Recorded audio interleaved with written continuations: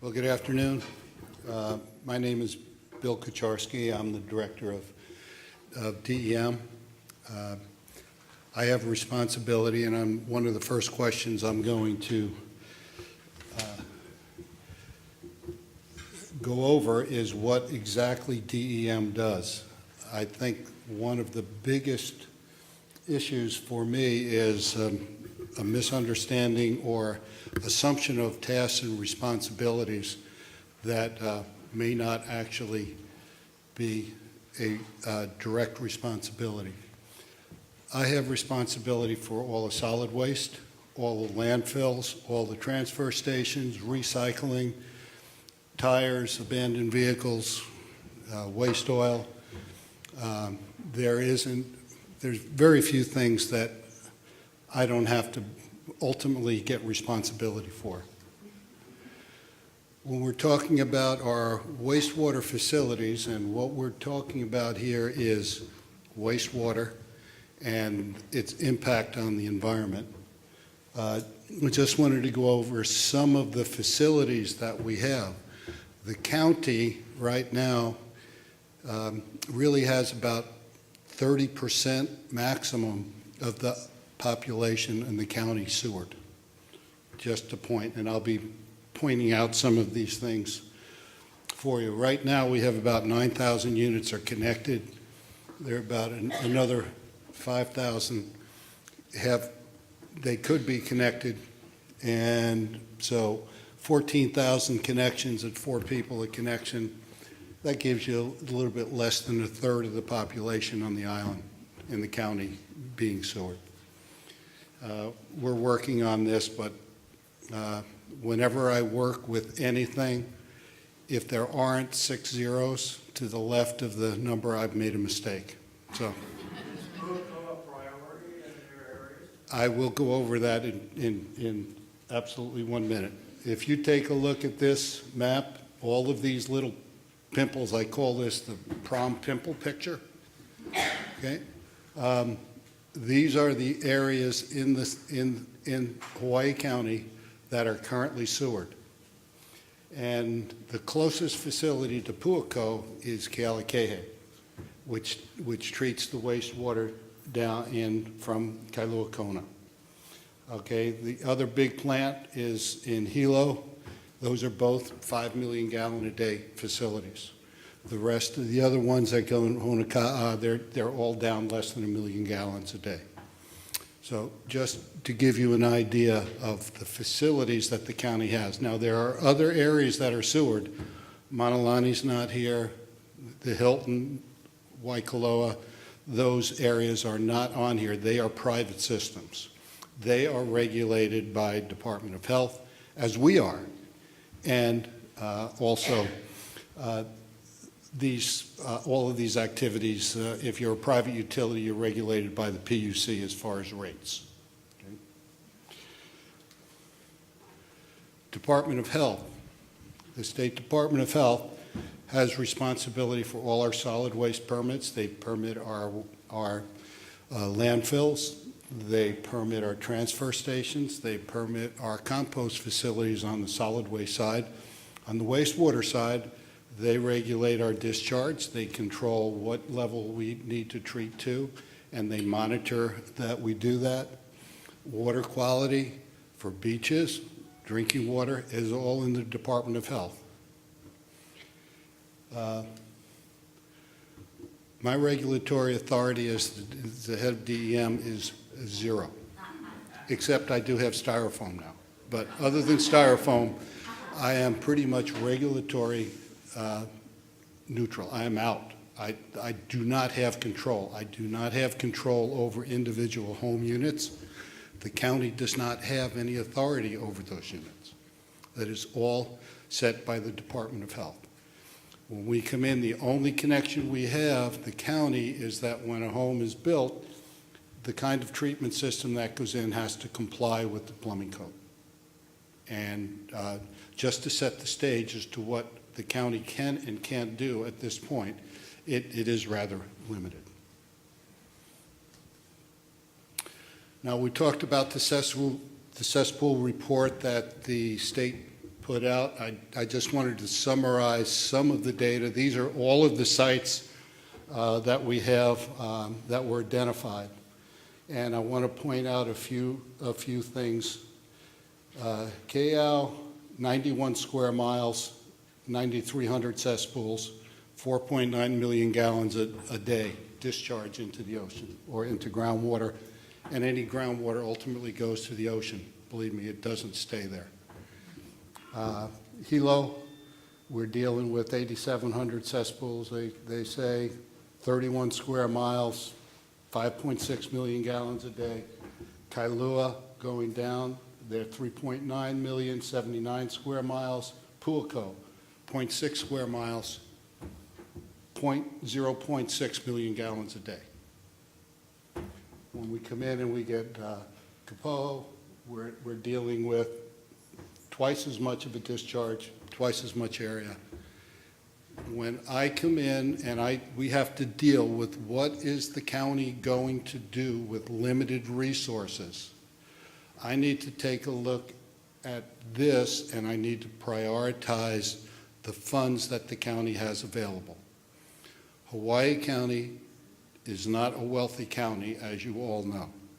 We also have limited ways in which we can raise money, so our budgets have been very tight. Now, having said that, that does not mean that the county doesn't care and the county is not trying to work on this. I would say that we will, particularly with the state coming in saying we have a 2050 drop dead date for closing these cesspools, and when they gave the $1.75 million figure, what they did was they took about $20,000 per unit per cesspool and they multiplied by the number. Hawaii County has approximately 49,000 according to this report, about 49,600 cesspools. So let's round it to 50 for easy math. $20,000 apiece, that's $1 billion. That does not consider the cost if we sewered. The sewer cost is not in that billion, okay? The sewer cost is not there. That is just to take care of change a cesspool to a septic tank or to a connection. My number was about $10,000 a unit, so I was I've always been accused of being optimistic, so that was only $500 million. But that's a lot of money, and a lot of money that people on this island, most people on this island don't have. So we are facing an issue. The issue that we have in Puako, I don't like it. I don't like the fact that that beautiful piece of oceanfront is deteriorating. And while I can't say that corals dying because of warmer water, you know, the growth that you see on there is coming from nutrients, and nutrients don't come from warm water. They come from somewhere else. The nitrogen and the phosphorus that are coming from your homes, and they're going into documented being in that bay, are causing a lot of issues. It might not be the only issue, but it is an issue in my opinion. As we go through here, what the county will be doing is trying to prioritize how do we use the money, how do we use our limited monies, where do we place it? And I've just put together a few of things for a prioritization type of process to go through. And we'd take a look at drinking water impacts, coral impacts, just water quality per se. You go down into Kailua Kona and you go down on the beach, that's a major tourist area. And, you know, we don't want to be bringing people here and getting sick in the water. We have an obligation not only to protect our island, but to protect the visitors that come here. We have the size of the discharge, the economic impact that it would have, how involved are the residents, how much do they care? The difficulties, is it technically challenging? The cost, the time required. And when we talk about operating, Just a point, if I go in, when I operate Kealakehe, which is what I call a biological system, we use aeration ponds, it's not a lot of mechanical separation. You go to an R1 system for the same money that you would have a biological system, an aeration ponds type of thing, you're going to increase the capital cost of the facility probably by 70, 80% easily. But the operating cost is going to go up by a factor of 5. And for the county, we cannot have one person operate a facility. It just doesn't work. They have time off, they have vacation, they have sick days, they have more than 1 day a week, more than 5 days a week, so we need a minimum of 2 people, which means to cover them, we're going to need 3 people full-time just to process, because an R1 system requires a daily visit. So the kinds of questions that we're going to have to ask mostly come down to money. The problems that we have are not technically difficult to solve. Getting the money to handle the really simple engineering process is what's hard. And so for Coral, going through this process, it's something that very much, just say this needs to be done. And for you folks, I say we're there. We'll do everything that we can. Discuss this with the mayor, and we will be going through prioritizing. We'll be working with the state on the cesspool closures. All of that is stuff that we are going to be following through on. Been working with these folks for a year, over about a year. Since I've only been there a year, that's a pretty good percentage of time. So for all of you, I say thank you, and that's my talk. Thank you, Bill. Thank you, Bill. And they said he was an optimistic guy. He is.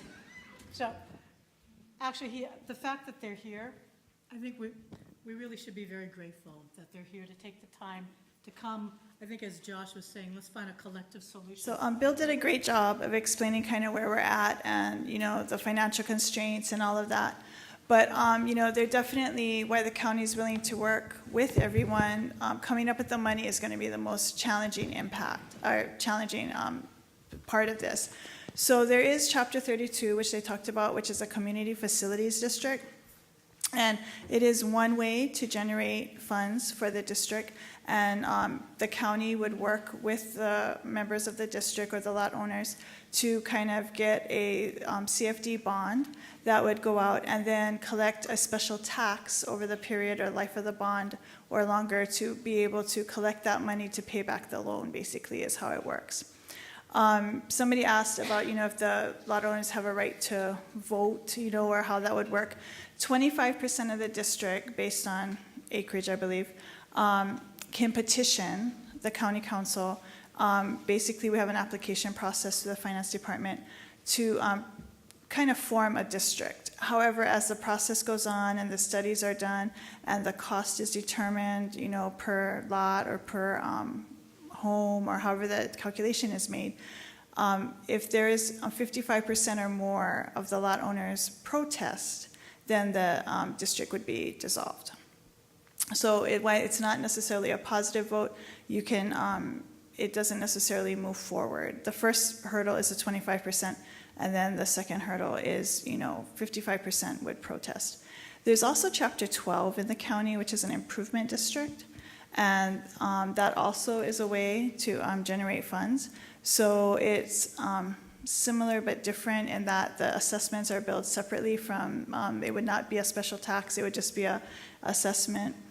And the cost would be divided out over the life of the loan to each lot owner. Under both of these are liens against the property, and the county would have the opportunity to foreclose on the property if the landowner becomes delinquent in any way. So just to keep that in mind, that it's not just free money, so the county does have to watch out for our interests as well. So yes. No, I think on that one, there needs to be a positive 50% plus one. So that one would need a majority to move forward. So that's just kind of give you some of the funding opportunities because Bill did just such a great job laying it out. Thank you, Deanna. That's encouraging. At least there's some options. So, Roy? First, to see if there is a problem that is a priority for the county. Definitely, this problem that we face, which is the pollution of our nearshore coastal waters, is definitely a problem that we recognize. It's easy to pass the ball and say, oh, it's the state's kuleana. But we stand ready to do what we can to find a solution and to find the partners to work together. Because it's not going to be just the county, it's not going to be just the state. It has to be the county, the state, and whoever else is out there together with you folks to find a solution. And as part of the mayor's office, what we can do is coordinate the different agencies like Bill's department, Deanna's finance department, and whatever other departments are out there, as well as the other partners like the state and the federal, USDA.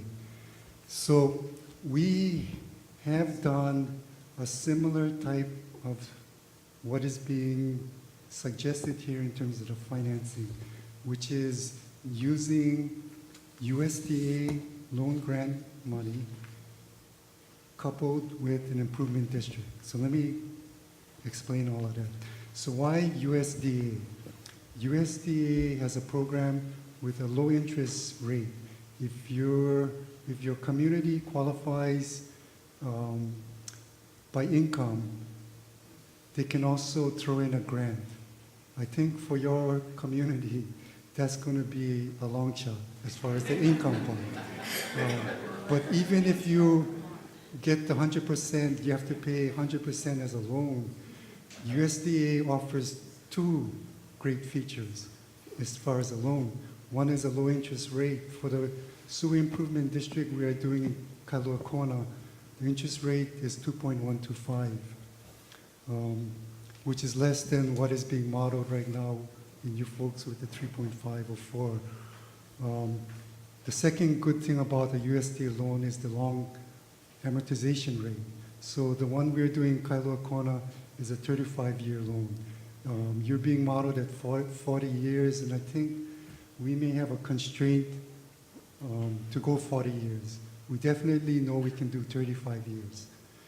Okay, so the difference between, so you can actually, as a community, form a nonprofit and go to USDA as a borrower. So why an improvement district? Okay, we've worked with a community up in Hamakua where they went in alone as a borrower without county participation. They were settled for 20 years, which was the term of their loan with USDA, to collect from everybody, to be on the hook if somebody didn't pay. If you guys want to go that route, that's great. But we are offering the services of the county as the collector of the debt service. Now that in itself is a huge service compared to the community in Hamakua that had to go it alone. So where we've started to do this coupling of the improvement district with the county is helping the community. We've done it as water improvement districts with USDA loan and grant in Kona, and I think there is one in Pipikio, plus the one that's coming up, which is a sewer improvement district like this one in Kailua Kona. So that's the reason why USDA, and that's the reason why to try and couple an improvement district with the USDA loan. So the way the improvement district works, when the county collects, if somebody doesn't pay, then when we form the improvement district, a lien is placed against your property. So if you don't pay, it's just like a property tax. If you don't pay, there's a foreclosure procedure.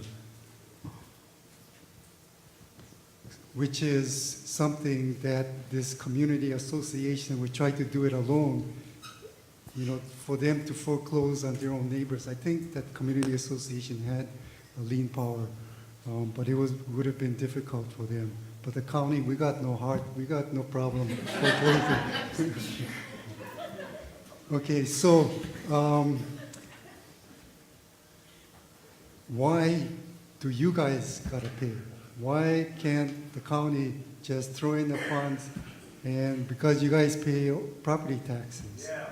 Okay, now that is a question, believe it or not, that not only you guys ask, but everybody, wherever we go around the county.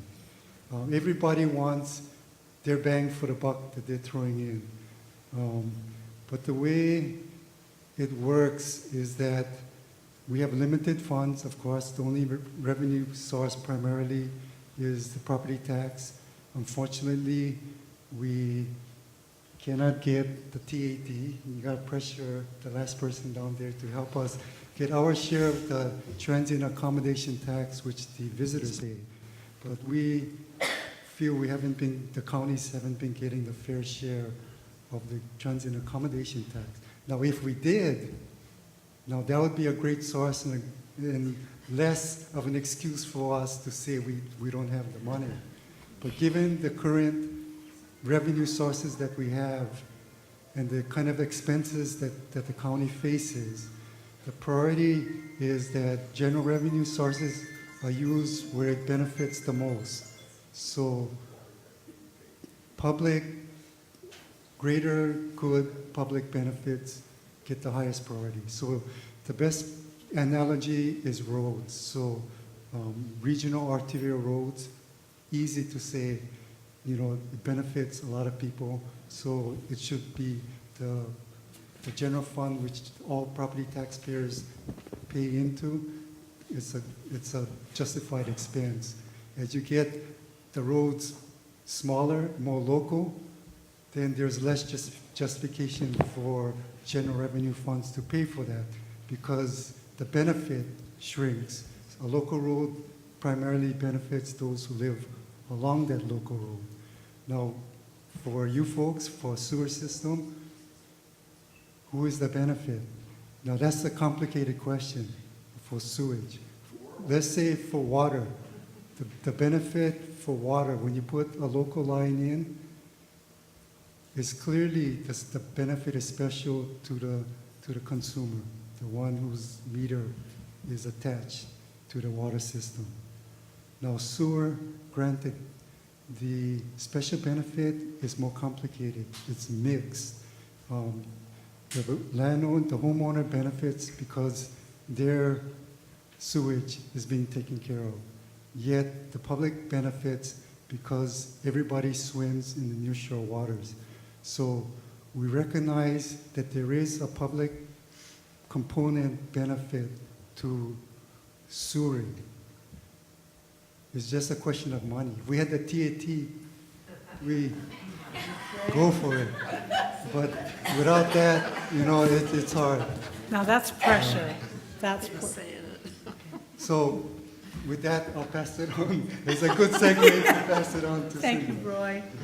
And with that, how can we, Representative Evans, how are you going to answer to that one? Yeah, thank you. Well, I think we need to come exactly where Roy was saying, is that the nearshore waters in the ocean it's all of our responsibility. And I think we really need to step up our game and get the state to contribute money to this project.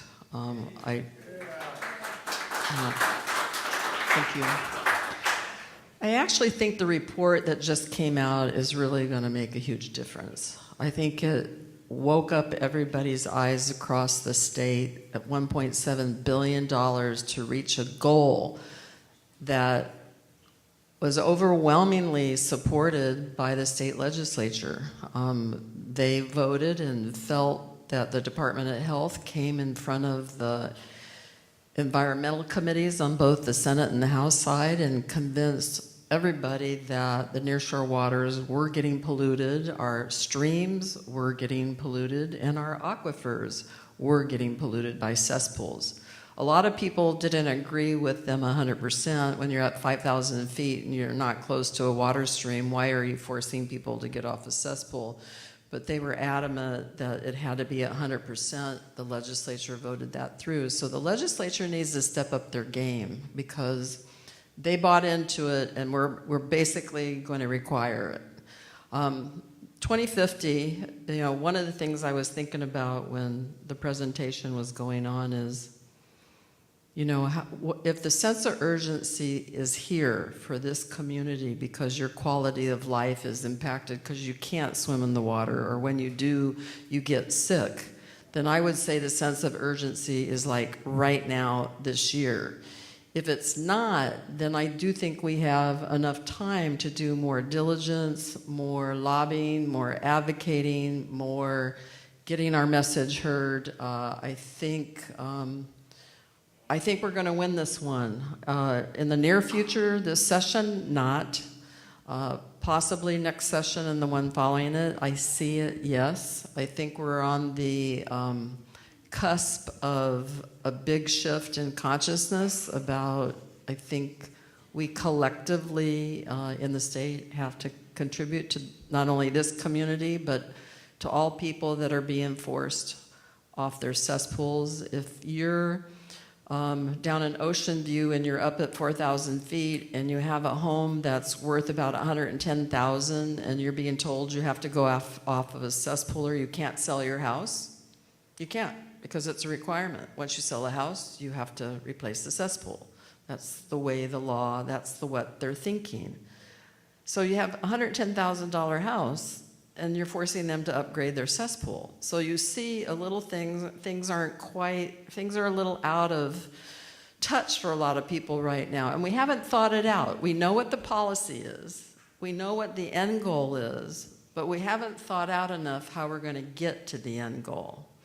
And I hear there's an informational briefing going to be, in a week or week and a half, and we're going to talk about that report. I actually believe it could ultimately end up asking our congressional delegation to also help. One of the things that was disappointing to me is that EPA is really also driving this, protecting the environment, but they don't have any money in their programs to support this type of conversion, and even doing low interest loans, because we called the EPA and say, do you still have the grant or loan program for conversions to wastewater treatment and sewage treatment or whatever? And they said, the program exists, but there's zero money in there. And so that means the federal government believes this, but they haven't put any money into what they believe. And so I think legislators at the state level, the congressional level, and the mayor and the council, we need to push together in a collective way to say, we're going to find a collective solution and not pinpoint it on the homeowner. I just think that is not right, because we're saying that this is right for our environment. Our environment is everybody's environment. And so I think that's kind of where we're going is we're starting to, I think, like I said, I think the report, I think that's going to be a turning point. It was really interesting because we started a couple of years ago passing this. We knew this was coming down the pike, that they were going to try to get us off cesspools. And so there was a bill introduced that said if someone goes off a cesspool to a septic tank, they'll get $10,000. And there was all these exemptions and caveats. So last year, we tried to introduce a bill to expand it so it would impact more and more people, get rid of the exemptions, so everybody gets a benefit. And some of our colleagues didn't believe everybody should get the benefit. And I just I just don't understand it. Some of the people that I work with have never owned a home. Some people, and these are legislators, they're young, and they've never owned a home. Some of the legislators live in condominiums and live in Honolulu in apartments, and they've never owned a home. And so and some people that I've worked with have never been on Hawaii Island. And so one of the challenges we have as rural legislators, we're talking Maui, Molokai, Lanai, Kauai, and us, is that we're a minority, and we try to educate the urban legislators on what the challenges are and that they need to come out and see it. We try our best to invite them out. But I do think that the report, it doesn't come from us 17 minority members. It's like in your face. It's a $1.75 billion problem. The governor should be looking at it, Congress should be looking at it, all mayors should be looking at it, and all the legislatures should look at it. So that report is now kind of a focal point and also a call to action. So one of the things I was thinking is,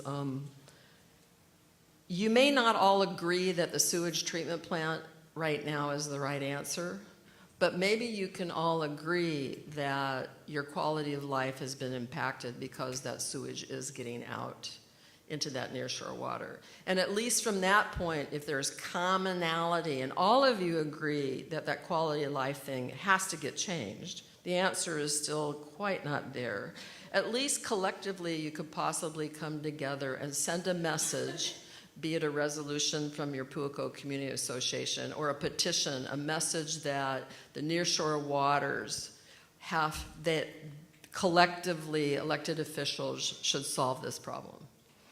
And say it strongly that you need to step up your game, because that's why we're elected, right? To step up our game to address these collective public good issues, again, coming from the point that our ocean and our nearshore waters belongs to all of us. Yes? Could I add something that might help you with that? I think we get confused in the discussion of the health of the coral and the desire to get the Aerococcus or the feces out of the water. And this gentleman made a good point. A lot of people here don't believe that the health of the coral will be improved by putting everybody on a sewage treatment plant. But I think we could probably get consensus eventually that everybody would like to not be swimming in sewage if that's really the case, which I believe it is. I've been going to all the meetings and all that. Right. So let us take the position that we would like to get rid of the sewage because we don't want Enterococcus and all that out in the water for us, and then see if we can't make a stronger case to the state and local governments that we've got a specific problem. We're not trying to solve the world's coral problems. We're just trying to take Puako out of the sewage game. And they proposed to us that by 2050, all we have to do is put it in that ATU, and we're under the radar again, I think, is what the suggestion is. And you're telling us that that's not going to work. So the state need to be hard hit by somebody saying, these people are simply trying to get sewage out of the water. Right. It is the Department of Health, and it is through their report, through the test, that it is a health problem. So they've separated it already from the coral. The thing about the coral is there's a lot of people in the world care about corals. Your coral or any coral. I have to tell you, we were trying to build out South Kaiahai Boat Harbor. I was on that project for 4 years where we couldn't put anything in that harbor because some coral heads had grown in the harbor. And the coral is so precious that they couldn't touch the harbor for 4 years until they figured out, what do you do?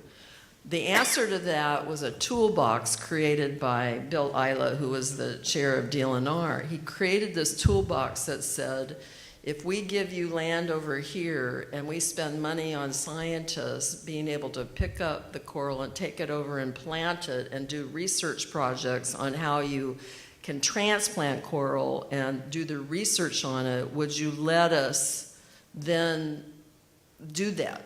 Let us move the coral that's there, but we'll give you money for research and the scientists to figure out, can we grow coral elsewhere? The other thing is they took coral and said, can we take it over to Maui, where there was this great aquarium where they did a lot of research, and said, can we put that coral in the aquarium, and then would that be okay?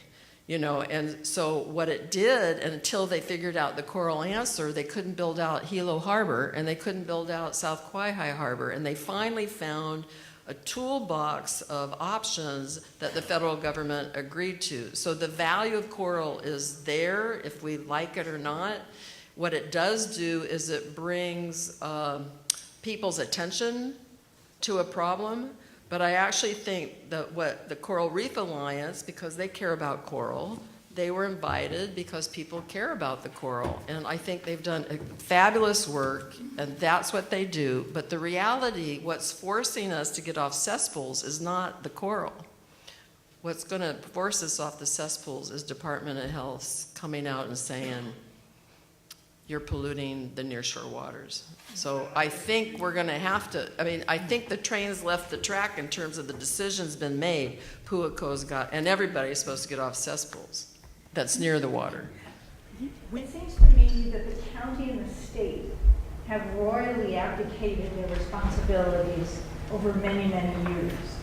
And it also seems to me that the county and the state knew 35 years ago the impacts of not having wastewater treatment because you required the Matalani, Kualalai, Mauna Kea to all put in facilities. They didn't take care of the rest of their citizens, which I think is really inexcusable. If 70% of this population is unsewered, we should all be embarrassed by that. We're not a third world nation. And regardless of whether or not we believe that our septic tanks are contaminating the reef or not, we know, we have the science that cesspools, septic tanks are not the best way of handling our wastewater. Period. Fact. But I really think that the county and the state have to take a huge responsibility for this problem that we're all suffering now. I appreciate the comments. The only real question I have, and I haven't had a chance to look at the report, and this may be a question more for the University of Hawaii, but I know there was sampling done at certain homes. Is it possible to get that data by the area? And is it in this report? The information is not in that report. Do you mean by area? Along Puako. Sample site.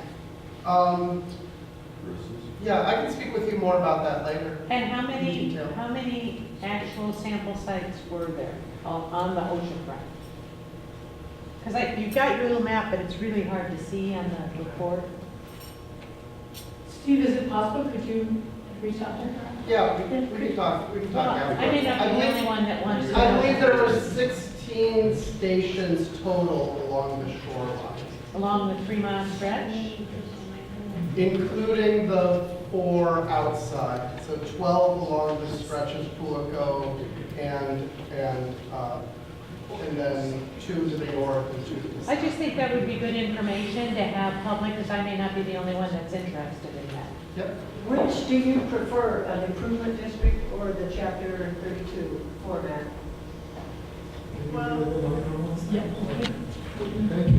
The question is which funding mechanism through the county do they prefer, improvement district or chapter 32? We're definitely more familiar with Chapter 12, which is an improvement district. But in addition to that, I think it's probably the cheapest to the landowners as well. I think there's less additional costs associated with it. So that tends to be my preference. But obviously, we're going to work with the community, to make sure whatever gets done. I actually want to get a comment on source pollution, source management the county and the state have undergone. It's not only the bacteria, but there are other chemicals that get into them because of inadequate septic systems. I was curious also about what regulations for the septic systems. I have an HU, and it gets certified by the state every year. Tertiary water is coming out there, so it's just hard. Like, how does that reconcile with what is actually going on? And is there a monitoring or a regulatory mechanism to ensure that all these systems are functioning correctly?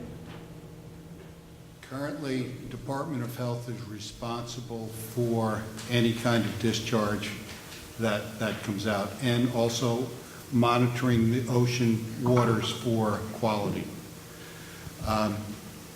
Having said that, I think there are 3 Department of Health officials that service the entire island.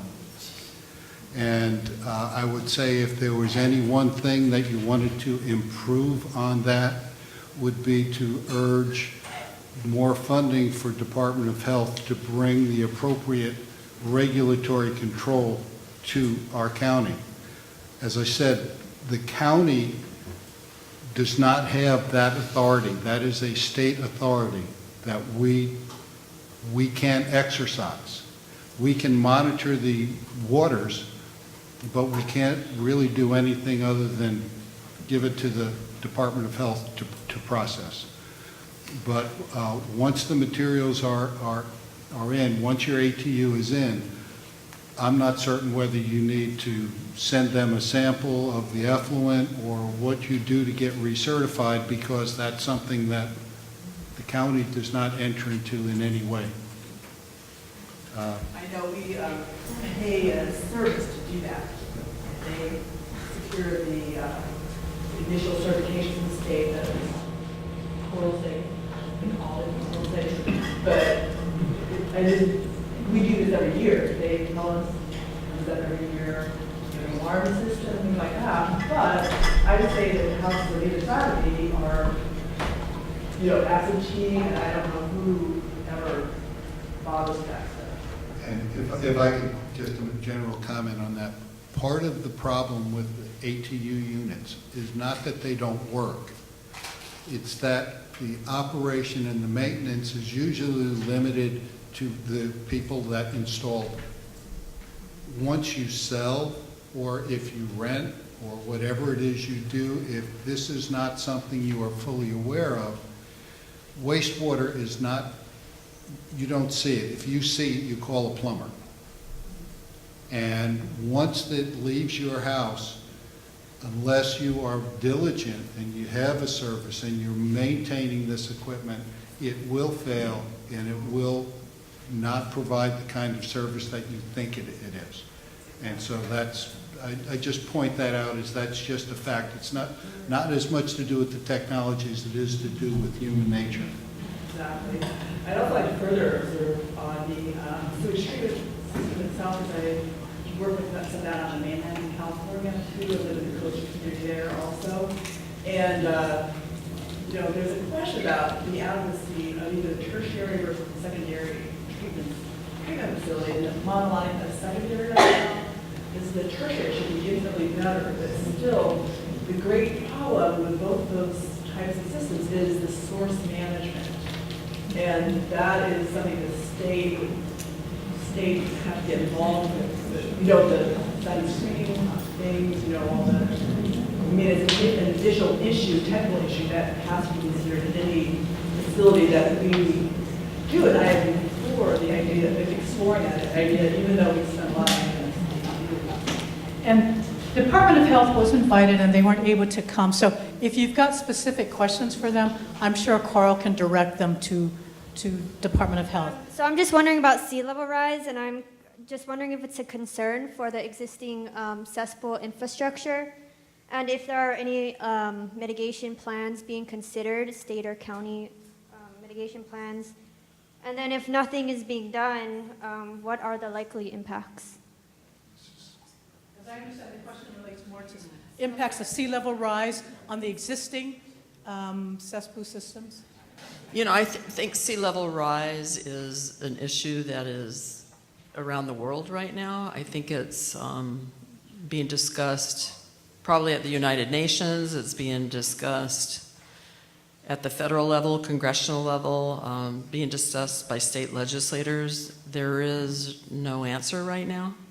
A lot of dialogue, a lot of people talking about it, and what's great is I know that you're going to the University of Hilo, but what I have to tell everybody in this room is these young people that are coming out of our university are really grabbing on to what we did in the late 60s, early 70s, and that is they're taking on what's happening in our environment and what the impacts of pollution and people and the environment is doing to our world. And they're asking us as leaders to address some of the things that they're hearing about, what they're learning about, and what they're researching about. And they want us as policy leaders and decision makers to start showing what this leadership is going to be to address some of this.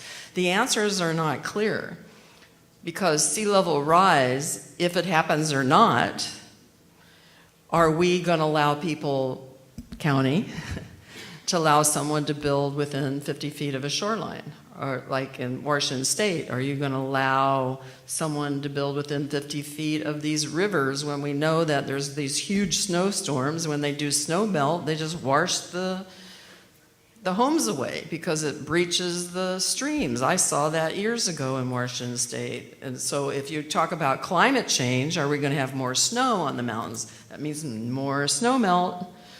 So what's happening, and this is the good part, that's the bad news. Okay, the good news is the young people that I'm meeting, because now I became the chair of economic development and I'm meeting venture capitalists, I'm meeting entrepreneurs, I'm meeting research and innovation centers, accelerators, startups, incubators. It's all happening in Oahu. It's not happening much here on this island, but it's happening on Oahu. And what I'm telling you, when you meet these young people and the excitement and the passion, the jobs of the future, the demand for what they want in terms of conservation environment, they're starting to create and trying to find solutions. And one of the things about the sewage treatment plant, and one of the reasons about do we rush it or do we like see how it percolates over the next year or two, is that the systems, like the wastewater systems, I think there's going to be some new innovation research and they're going to get smaller and they're not going to be as big, and maybe you could have 5 homes on a little sewage treatment. I mean, these things actually are happening. Those discussions are taking place. The engineering, the schools, they're all trying, the robots. I mean, this technology thing it's just going crazy. And when you get around it, you're just like, oh, are we going to invest in a system that might get outdated in 2 or 3 years when maybe should we wait 2 or 3 years because the new technology is going to make it not only more affordable, but it's going to answer the question you just asked. Why do we want to treat it to R1? Maybe that's not good enough. Maybe there's a better way.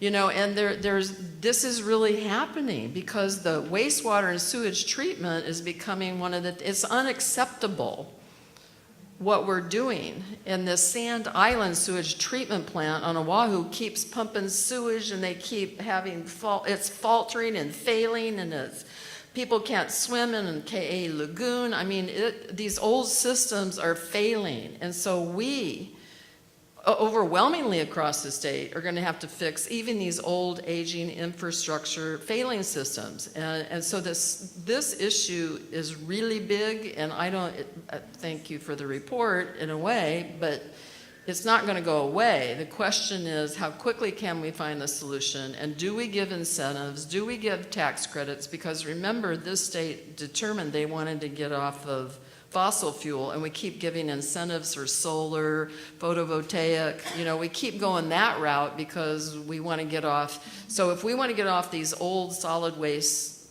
water systems that are ineffective, we're going to have to step up our game and look at incentives and grants and tax credits or whatever. But I do think we're at a point. I mean, things are shifting, and we got like 1 foot in the old way of doing things. We got another foot into this major technology innovation coming fast and furious, but we're kind of got 1 step in one and 1 in the other, and how do we bridge it?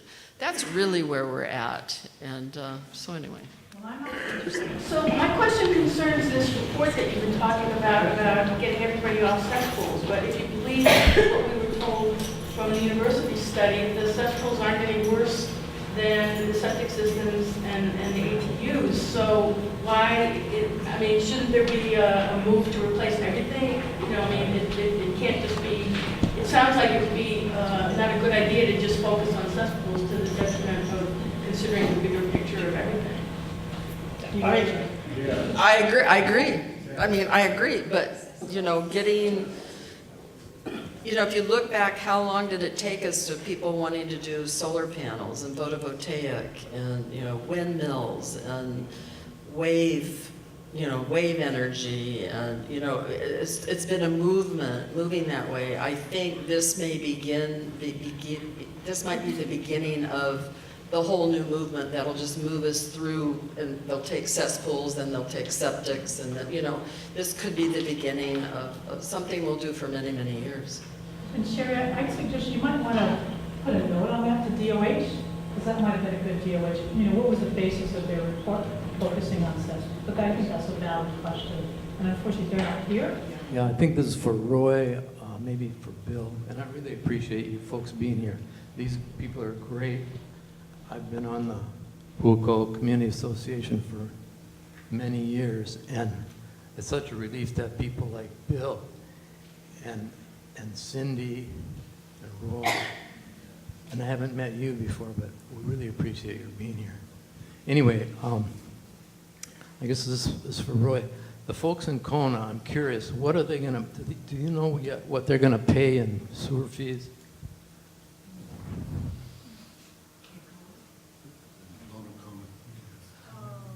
And is that a new system that's coming in?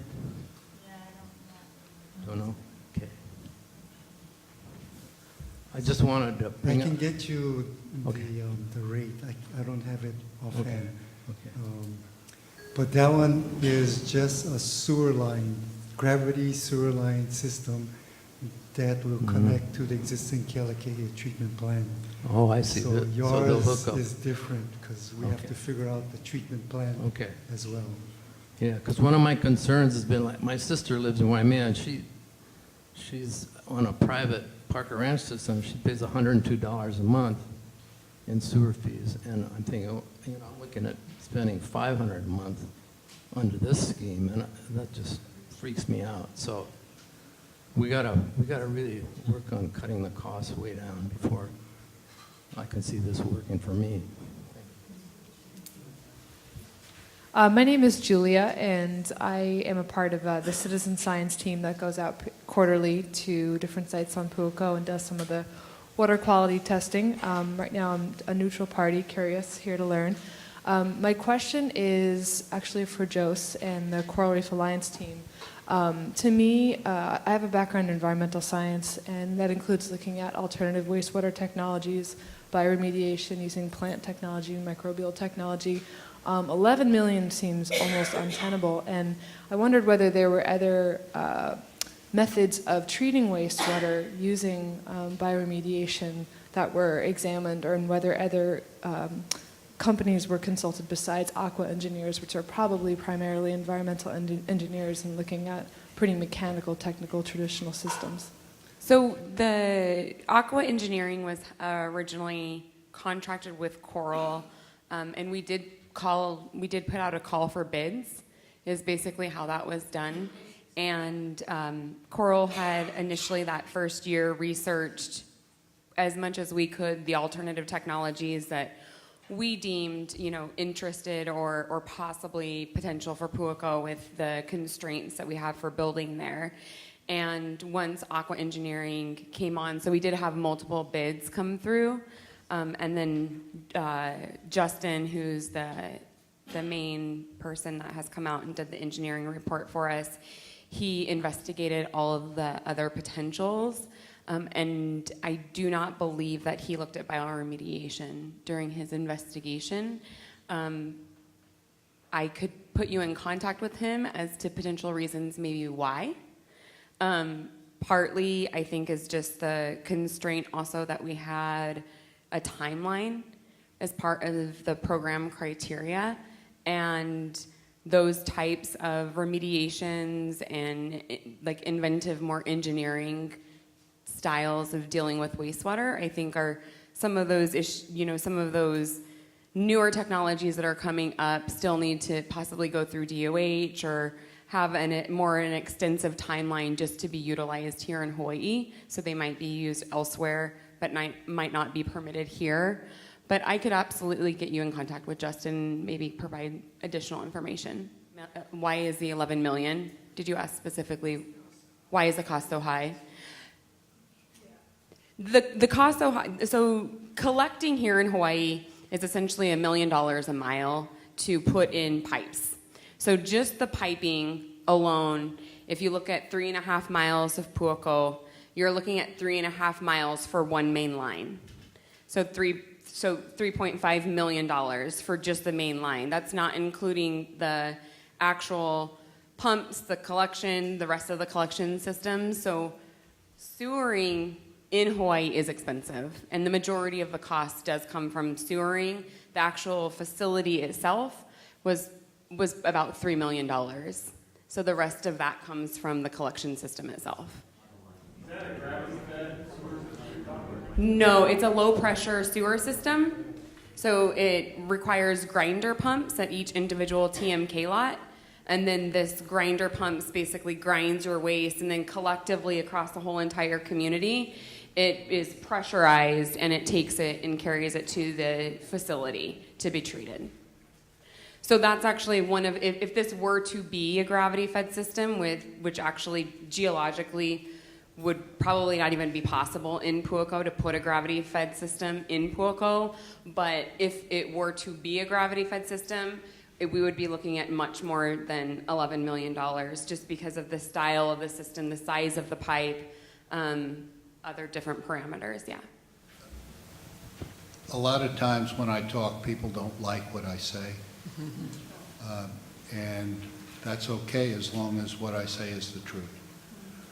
But I will tell you this, Puako will be off cesspools, and it will be in a treatment system that is not going to have an adverse effect on the waters and the corals, whatever they are. It's not a question of if, it's a question of when and how. And I will say that for me, the whole wastewater issue on the Big Island is my #1 priority, is getting this fixed. I can't fix what happened 35 years ago, but I can work on fixing what's going to happen tomorrow, and that's what we're doing. So I thank you all for being as concerned.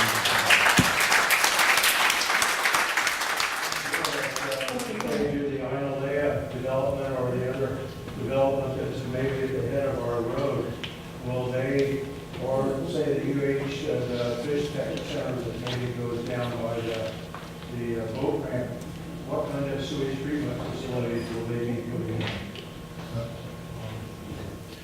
I will say that, again, I keep saying what I can't do and what I don't have control over, and I apologize for that. The planning department deals with what is necessary and what the general plan says and what the community development plan says, and they would meet that. We are in very close communication with planning, and we're interacting quite a bit more than I understand possibly we did in the past. And so I can say that we're looking at this. This is, again, just the sort of the tip of the iceberg. And does that look like a possible feasible solution for us? Again, I think that there are a number of things that could happen and could move that forward. And I can talk to you about a lot of different ideas that we have. You know, the gentleman next to you had a question. Seems like the sewer is the right way to do it.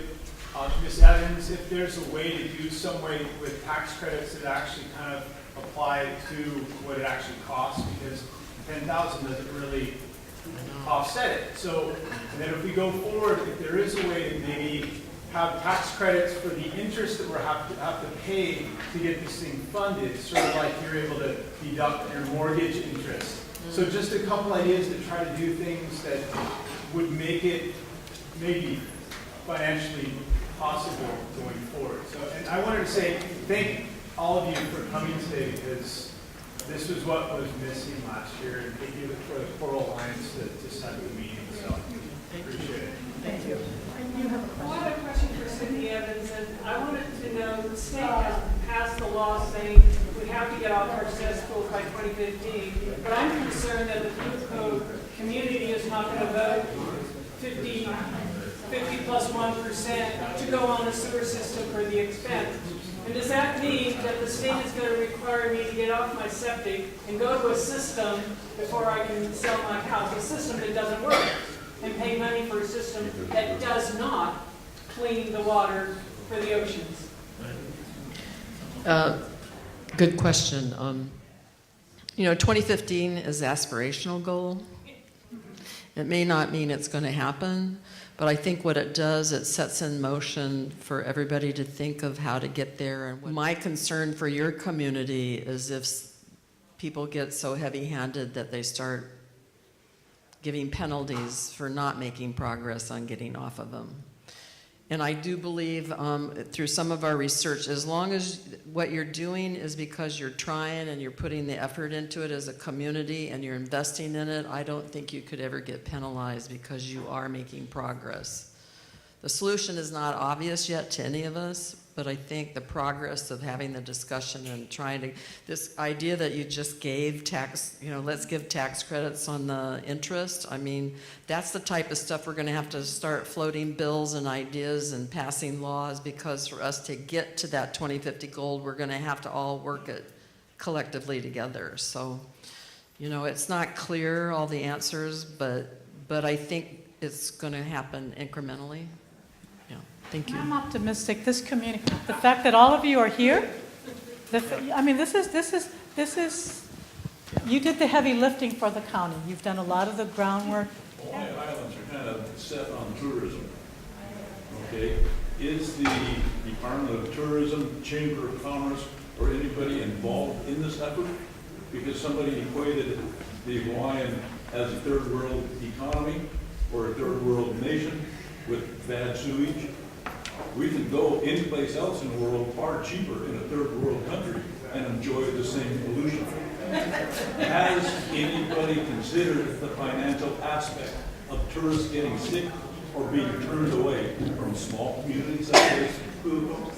Somebody in politics mentioned a trickle-down effect, possibly so. If you take a look at some of the criteria, the economic impacts are part of that. That is one of the primary thoughts. So, well, we haven't done it, but we are. That is one issue. But there's also the issue of let's do the right thing. I think there's one last question. I would like to ask how we, as a collective group here today, assist you with getting our word out there that we all care about this place and we want to move forward with cleaning it up. So if you could give me our email addresses, or what we can do to help you to make your impact better, please let us know. Okay. And let me know, and I'm not speaking for everybody, and maybe I shouldn't, but I think that there are quite a few people here that would be willing to do that. Well, I get your e-news that comes through, and if everyone is signed up for that e-news and that comes out every month through your Puako Community Association letter, let me think about that, and maybe we'll get the word out. That's the best way to say how maybe you can get involved. And the legislature starts a week from Wednesday, and there's going to be a lot of bills, and I suspect we're going to have discussions about this, and there could be some bills floating around, and we should get them on the Puako Community Association website and also talk about how, as we see, because of this info briefing that's coming up, what's going to come out of that informational briefing may be actually some pieces of legislation. So some things could happen very quickly over the next 2 weeks. So if we can use the Puako Community Association website newsletter as the vehicle to blast it out to everybody, we'll do it that way, if that works for you. But actually, that's a really good segue to kind of what's the next steps. My understanding is I think Coral is going to provide an update. Please check their website. There'll be a summary of today's meeting. So even if people weren't able to come, you have an opportunity to find out what's going on. And I think they will continue to engage the community in doing exactly what you're saying. How do we as a community collectively help assist, whether it's the county or the state finding, or even private sources finding funds? But I do believe that this is an ongoing commitment by the Puako Community Association and Coral to help facilitate that. So I think that's my understanding of what some of the next steps are. And with that we have, it's 5:15. We started 15 minutes late, so we really are really good. We finished on time. So with that, I want to thank everybody for staying here and participating.